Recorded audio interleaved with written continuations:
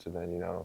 We gave up quite too many points when we went down there and played, and that's not us. And over these past few games, we weren't really locked in on the defensive end. So locking down, getting back to our identity on defense is going to be the main point.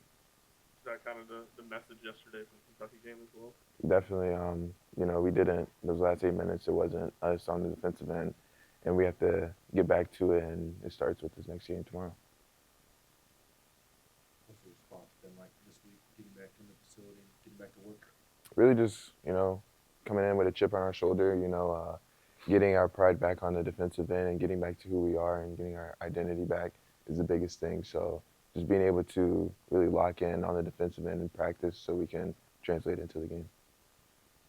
Where are you at from a confidence standpoint with your three-point shot? I know you're probably not shooting it as well as you'd like to right now. I'm always going to stay confident, and a few, last game didn't shoot it well, but my teammates are great, and they're always going to make sure I do stay confident in it. And it doesn't matter who's not shooting the ball well, but we're always going to pour into each other to make sure that we all stay confident.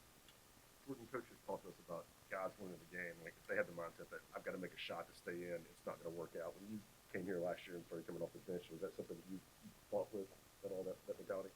A little bit, and then at the same time, I was like, that's not what's going to win us games. Obviously, making shots is, a part of the game, but what else am I bringing to the table? Last year, I had to realize that being able to play defense, being able to rebound, guard different positions, and just bring physicality and energy to the game is way more important than just making shots. Ron said that Igor sometimes does things on offense and you guys have no idea what he's doing. How do you guys help a guy snap out of that? Just practice, and he's gotten way better with that ever since he stepped foot on campus. And, we always trust Igor and what he's going to do. And just being able to talk to him and just calm him down in certain situations has been great for him. He's also been really good offensively the last several games that he's played. What do you think is the reason that he's elevated his offensive game this month?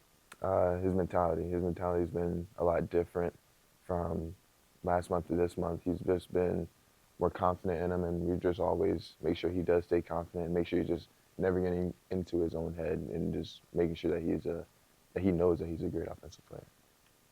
This league's insane this year. I mean, you guys aren't playing. How much you guys watch other SEC games? How much you look at the standings? How much you keeping up with everything? We're always looking at the standings after every single game, and we know like this is obviously the best conference ever. Like just from the first team to the last team, and it's never an off night. But we're always watching games whenever we're obviously not playing.